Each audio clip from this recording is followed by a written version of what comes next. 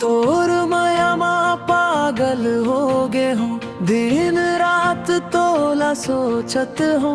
तोर हसीला देख के संगी सब दुखला भूलत हो।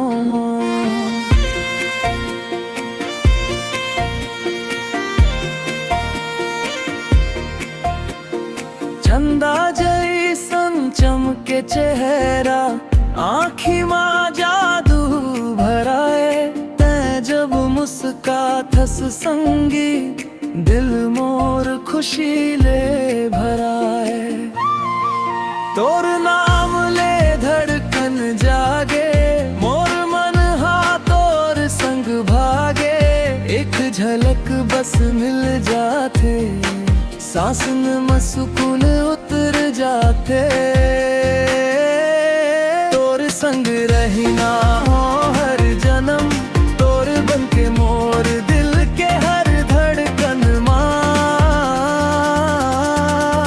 तोर नाव लिखे, तोर नाव लिखे। तोर संग रहना हो सदा, मोर प्रीत बन के।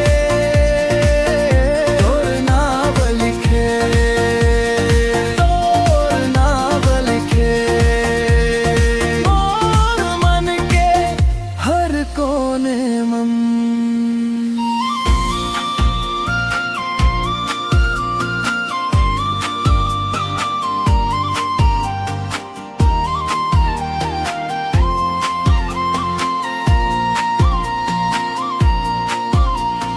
रास्ता चाहे जाऊनो होवे, हाथ तोर हाथ मन रही थे। सपना मोर जब भी जागे, तोर चेहरा साथे चली थे।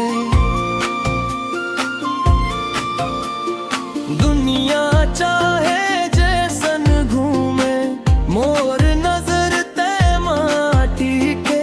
तोर बिना सब अधूरा लागे, तोर संगच मोर सुख जिए। तोर नाम ले धड़कन जागे, मोर मन हा तोर संग भागे। एक झलक बस मिल जाते, सांस में सुकून उतर जाते। तोर संग रहना हो हर जन्म, तोर बन के मोर दिल के हर धड़कन माँ। तोर नाव लिखे, तोर नाव लिखे। तोर संग रहना हो सदा, मोर प्ली तोर नके। तोर नाव लिखे, तोर नाव लिखे। मोर मन के हर कोने मन। जब तक ये सांस चली, तोला ही अपन मान हूँ। तोर बिना जीना मुश्किल, तोर संग मैं मुस्कान हूँ। राह कते को लंबा होवे, मोर भरोसा ते ही हंस। मोर जियन के हर कहानी, तोर नाम ले शुरू हो यस।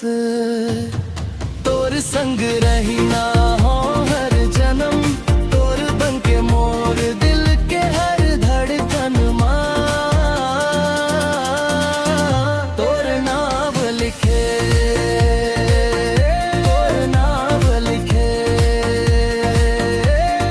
तोर संग रहना हो सदा, मोर प्रीत बन के। तोर नाव लिखे, तोर नाव लिखे। मोर मन के हर कोने मन।